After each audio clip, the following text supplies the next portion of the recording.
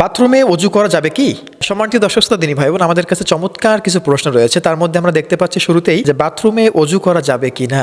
আসলে এটা একটা একতলাফি মাসালা, বা এটা নিয়ে বেশ আসলে বিশ্লেষণ আকারে যদি আমি বলতে পারতাম, একটু ব্যাখ্যা বিশ্লেষণ করে, তাহলে বেশি ভালো হতো। তো যাই হোক, সংক্ষেপে বলি, তা হচ্ছে বাথরুমে অজু না করা ভালো। যদি আপনার অন্য কোনো ওয়ে থাকে তাহলে আপনি সেখানে অজু করবেন, বাথরুমে অজু করবেন না। একান্ত যদি আপনার আর কোনো আসলে পন্থা না থাকে, উপায় যদি না থাকে, সেক্ষেত্রে আপনি বাথরুমে অজু করতে পারবেন। কিন্তু এক্ষেত্রে বাথরুমে অজু করতে হলে আল্লাহর নাম নেওয়া যাবে না, অর্থাৎ বিসমিল্লাহ বলা যাবে না। বাথরুমে অজু করলে বিসমিল্লাহ বা আল্লাহ তাআলার নাম ছাড়া আপনাকে অজু করতে হবে। এটা হচ্ছে প্রথম কথা। 2 নম্বর হচ্ছে, যদি কেউ বিসমিল্লাহ একান্ত বলতে চান, তাহলে যদি কারো বাথরুমের বাইরে কোনো বেসিং থাকে, তাহলে আপনি চাইলে সেখান থেকে বিসমিল্লাহ বলে বা অজুর দোয়া বলে আপনি অজু শুরু করতে পারেন। দেন শুধুমাত্র পাটা আপনি বাথরুমে এসে ধৌত করতে পারেন, আপনি এটা করতে পারেন। তা না হলে যারা একান্তই বাধ্যগতভাবে বাথরুমে অজু করতে হয়, আপনার অজু হয়ে যাবে, সমস্যা নেই। কিন্তু সেক্ষেত্রে বাথরুমে আল্লাহ তাআলার নাম নেওয়া যাবে না। অজু শেষ করার পরে বাথরুম থেকে বের হয়ে প্রয়োজনে আপনি কালেমা শাহাদাত যেটা আছে আপনি এটা পড়তে পারবেন ইনশাআল্লাহ।